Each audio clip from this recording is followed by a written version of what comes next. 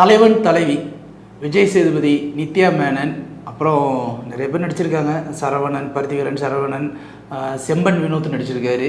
இது மாதிரி பாண்டியராஜ் படம் அப்படின்னாலே வந்து நட்சத்திர பட்டாளத்துக்கு குறைச்சலே இருக்காது. இந்த படத்துலேயும் அதே மாதிரி தான். இப்போ நட்சத்திர பட்டாளத்துக்கு ஒரு குறைச்சலும் கிடையாது. படத்தோடைய கதைப்படி என்னென்னா ரொம்ப ரொம்ப ரொம்ப சாதாரண ஒரு கதை. அதாவது நித்யா மேனன் அவங்களுடைய ஃபேமிலியில் நித்யா மேனன் ஏதோ ஒரு டிகிரி படித்த ஒரு பொண்ணு. இன்னொரு பக்கம் வந்து விஜய் சேதுபதியோட ஃபேமிலியில் விஜய் சேதுபதி ஒரு ஹோட்டல் கடை வச்சு நடத்துகிறாரு. அதில் வந்து பரோட்டா மாஸ்டர் அவருக்குன்னு ஒரு தனியாக ஒரு கூட்டம் இருக்குது. இப்போது இவங்க 2 பேருக்குள்ளேயும் ஒரு கல்யாணம் பண்ணி வைக்கணும் அப்படின்னு ஆசைப்பட்றாங்க. கல்யாணம் பண்ணுறாங்க. ஆனால் கல்யாணம் பண்ணதுக்கு அப்புறம் இவங்க ஒவ்வொரு வாட்டியுமே வந்து ஒரு சண்டை வருது. சண்டை எதனால் வருது அப்படின்னு யோசிக்கும்போது பொதுவாகவே ஒரு பெண் வீட்டாரில் சண்டை, ஆண் வீட்டாரில் சண்டை அப்படின்னா அது பொம்பளைகளால் மட்டும்தான் ஏன் வரும் அப்படிங்கிற அந்த ஒரு விஷயத்தை தான் பாண்டியராஜ் இதில் முன் வச்சுருக்காரு. அதில் வந்து இப்போ விஜய் சேதுபதி சைடில் அவங்க அம்மா பிரச்சனை, அதுக்கு அந்த கேரக்டருக்கு வந்துட்டு அவங்க தீபாக்கா நடிச்சிருக்காங்க.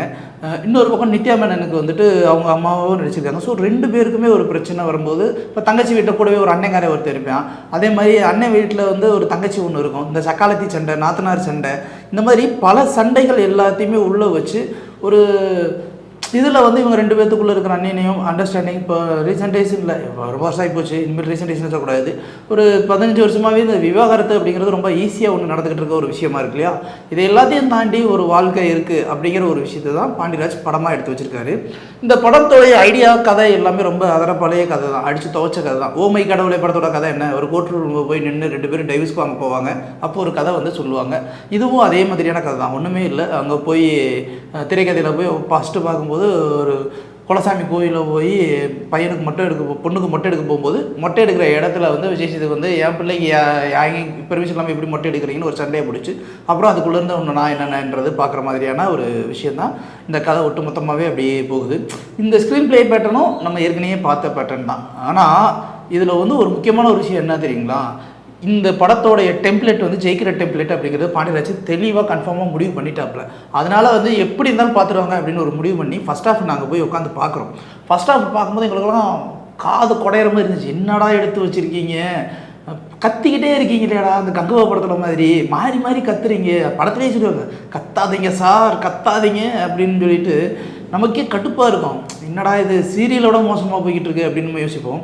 பட் செகண்ட் ஹாஃபில் வந்து இதே விஷயந்தான், ஆனால் அது கொஞ்சம் comedy track plus emotional values அதையும் தாண்டி ஒரு 2 பேருக்குள்ள இருக்கிற அன்னோன்யம், அதே மாதிரி பிரித்து போக முடியாமல் இருக்கிற கஷ்டம், அந்த லவ், அண்டர்ஸ்டாண்டிங், இது எல்லாத்தையுமே வந்து பாண்டியராஜ் கரெக்டாக மசாலா தூவி ஒரு விஷயமா ரெடி பண்ணி வச்சதுனால என்ன ஆச்சுன்னா இது ஒரு பக்கா ஃபேமிலி ட்ராமா படமாக மாறிடுச்சு. இந்த பக்கா ஃபேமிலி ட்ராமாவுக்கு ஒரு பெரிய ப்ளஸ் பாயிண்ட் அப்படின்னு இன்னொரு பக்கம் யோசிக்கிறது யாருன்னா யோகி பாபு. நம்ம இங்கே ஒரு பக்கம் ஒரு கதை ஒன்று ஓடிக்கிட்டே இருக்கும். யோகி பாபு அந்த கதையை வந்து எக்ஸ்பிளைனர் மாதிரி ஒரு காமெடி பண்ணி ஒன்று சொல்லிக்கிட்டே இருப்பார். அது உண்மையிலே நல்லா இருந்துச்சு. யோகி பாபு வந்து ஷட்டில் ப்ளே பண்ணார். அது ரொம்ப நல்லாவே பண்ணிக்கிட்டே இருந்தார். இந்த ஒரு பக்கம் இவங்க பேசுகிறது, என்ன பேசுகிறாங்க, ஏது பேசுகிறாங்க அப்படின்னு நீங்கள் பார்த்துக்கிட்டே இருந்தீங்கனாலும் இந்த சைடு வந்து யோகி பாபுவோட காமெடி வந்து கிளைமேக்ஸ்லாம் படம் முடிகிறதுக்கப்புறம் திரும்ப வர ஒரு காமெடி, இது தொடர்ந்துக்கிட்டே தான்டா இருக்கும். ஆனால் அது தொடர்ந்துக்கிட்டே இருந்தாலும் ஒரு விஷயம் நடக்கும்டா அப்படிங்கிறது அழுத்தம் இருக்கு இல்லையா? அது ரொம்ப அழகாக சூப்பராக பண்ணியிருந்தாங்க. விஜய் சேதுபதி ரீசெண்ட் டேஸாக அவருடைய நடிப்பு எப்பவுமே ஒரே மாதிரி தான் இருக்கும். இந்த படத்துலேயும் அதே மாதிரி தான் இருக்குது. நித்யா மேனனுக்கு வந்து என்னை பொறுத்த வரைக்கும் எப்போவுமே ஒரு நடிப்பு வேறு லெவலில் இருக்கும். இந்த படத்தில் இறங்கி நடிச்சிருக்கேன். எனக்கு இவங்களுடைய நடிப்பை தாண்டி செம்பன் வினோத்தோடைய நடிப்பு ஒரு மாதிரி வித்தியாசமாக இருந்துச்சு. அதே மாதிரி ஆர்கே சுரேஷோடைய நடிப்பு வந்து இன்னும் வேறு விதமாக இருந்துச்சு. இதெல்லாம் பார்க்குறதுக்கு ரொம்ப புதுமையாக இருந்துச்சு. படத்தோட இசை ஓரளவுக்கு இருந்தாலும் பாடல்கள் வந்து ஏற்கனவே கேட்ட ரகம் மாதிரி தான் இருந்தது. இது எல்லாத்தையும் தாண்டி இந்த படம் எப்படி இருக்குது அப்படின்னு பார்த்தீங்கன்னா, பொதுவாகவே ஒரு படத்தில் காமனாக நடக்கிற பிரச்சனை, இப்போ மிடில் கிளாஸ் எடுத்துக்கோங்க, ஒரு லோயர் கிளாஸ் எடுத்துக்கோங்க, அவன் வாழ்க்கையில் நடக்கிற பிரச்சனையை எவனாவது ஒருத்தன் படமாக எடுத்துட மாட்டானா? இப்போ நம்ம அடிக்கடி ஃப்ரெண்ட்ஸ் கூட பேசிகிட்டே இருக்கும்போது என்ன சொல்லுவோம், என் கதையெல்லாம் நீ கேட்டேன்னா ஒரு படமே எடுக்கலாம்டா அப்படின்னா சொல்லுவாங்க இல்லையா? அந்த மாதிரி எடுத்துட மாட்டானா அப்படிங்கிற அந்த ஒரு விஷயத்தை தான் பாண்டியராஜ் கையில் எடுத்திருக்காரு. ரீசெண்டாக கூட கோபிநாத் வழங்கிய அந்த நீயா நானா ப்ரோக்ராமில் கூட டிவோர்ஸ் வாங்கிட்டு ரொம்ப நாள் கணவன் மனைவி பிரிஞ்சு திருப்பி சேர்ந்தவங்கள வச்சு ஒரு ப்ரோக்ராம் பண்ணார். அந்த ப்ரோக்ராம்லாம் வந்து பார்த்திங்கன்னா வேறு லெவல் ஹிட்டு. அதில் இருக்கிற சீன்ஸ் எல்லாத்தையும் எடுத்து அந்த இதையே வச்சு ஒரு நாட்டாக வச்சு ஒன்று பண்ணியிருக்காரு. அது சினிமாவுக்கு ஏற்ற மாதிரியான சில விஷயங்கள்லாம் போட்டு பண்ணியிருக்காரு. ஸோ ஓவராலாக என்னென்னா இது எல்லாருக்குமே பொருந்தக்கூடிய ஒரு கதை. இன்றைய சமூக சூழ்நிலையில் ஆணுக்கும் பெண்ணுக்கும் இடையில் நடக்கிற ஒரு பிரச்சனை. விவாகரத்து அப்படிங்கிறது வந்து வெறும் நகர்ப்புற பகுதிகளில் மட்டுமே நடக்கக்கூடிய ஒரு விஷயம் கிடையாது. இன்றைய காலகட்டங்களில் கிராமப்புற பகுதிகளையும் அது நடந்துக்கிட்டு தான் இருக்குங்கிற ஒரு விஷயத்தை ஆணித்தரமாகவும் அழுத்தமாகவும் ஒன்று சொல்லிக்கிட்டே இருக்காங்க.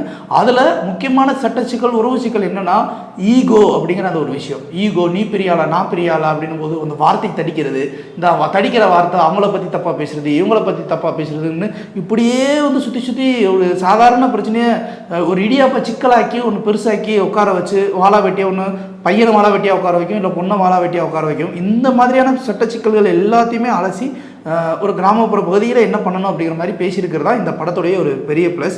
ஆனால் திரைக்கதையை பொறுத்தவரைக்கும் ஃபர்ஸ்ட் ஹாஃப் வந்து உட்காரவே முடியாது, செகண்ட் ஹாஃப் பார்த்தீங்கன்னா சூப்பராக இருக்கும்.